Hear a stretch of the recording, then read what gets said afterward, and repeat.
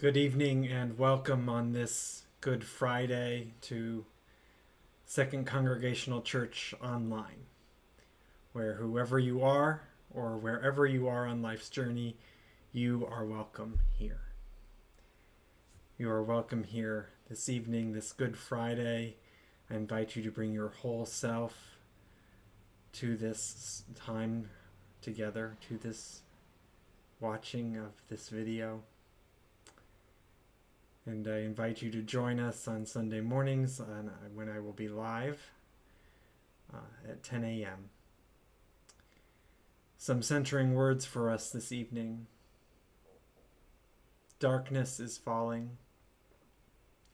Our journey ends here at the foot of the cross. Our journey ends where love comes to die. I invite you to join me in this call to worship, responding, Jesus, remember me. When we are lost and lonely, Jesus, remember me. When we worry threatens to crush our spirits, Jesus, remember me. When our words wound the people we love, Jesus, remember me. When we treat others with contempt or disdain, Jesus, remember me. When we come into God's kingdom, Jesus, remember me. Welcome me home. Would you pray with me, please? Lord, our journey ends here at the foot of the cross. Darkness is falling, the crowd is restless, our hearts break as your cries pierce the night. Stay with us, Lord, for we need you close at hand. And when the night is over and the journey continues, give us the courage to stay with you. Amen. Present for you the 7 words of Jesus on the cross, taken from the Gospels. Father, forgive them. They do not know what they do. This day you will be with me in paradise. Woman, behold your son. My God, why have you forsaken me?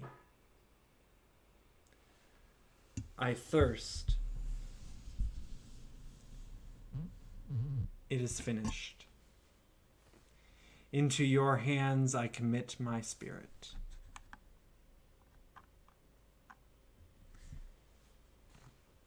In Psalm 22, the psalmist writes, my God, why have you forsaken me?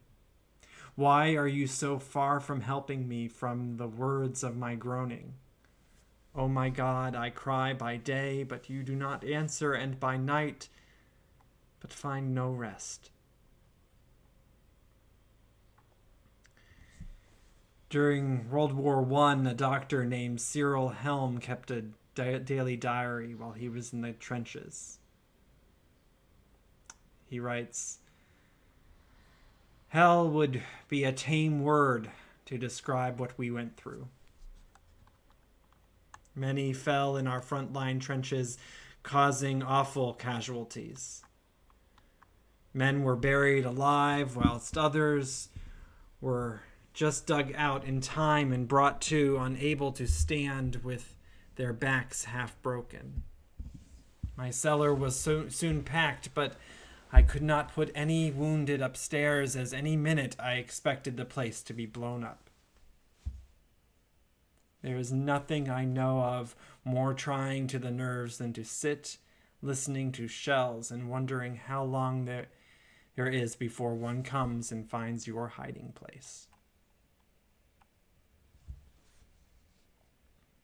A nurse in New Jersey,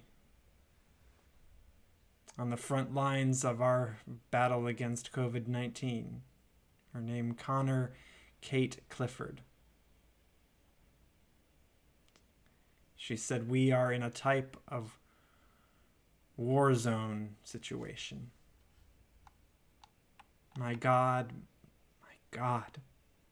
why have you forsaken me? Why are you so far from helping me? From the words of my groaning, oh my God, I cry by day, but you do not answer, and by night, but find no rest. In the darkest, bleakest human experiences, we join the psalmist in asking, where are you, God? We wonder why God would allow, even create, such horrible circumstances, such suffering. And when we hear the story of Jesus, the Son of God, sent to earth to suffer and die in the most violent and painful of manners, in order to cleanse us of our sins, we may rightly pause and question God's goodness. Does God have such a need to punish that only such a sacrifice could redeem us? But I don't think that's really the story that we have.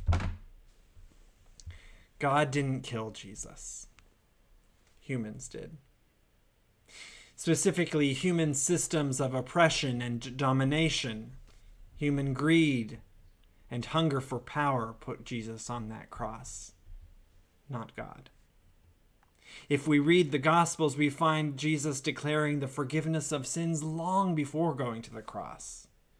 Our God is a God of mercy and grace. Our God is a God who forgives and loves, not one who seeks to exact vengeance and punishment. What then is the point of the cross? What then is the point of driving Jesus to the point of saying, my God, why have you forsaken me?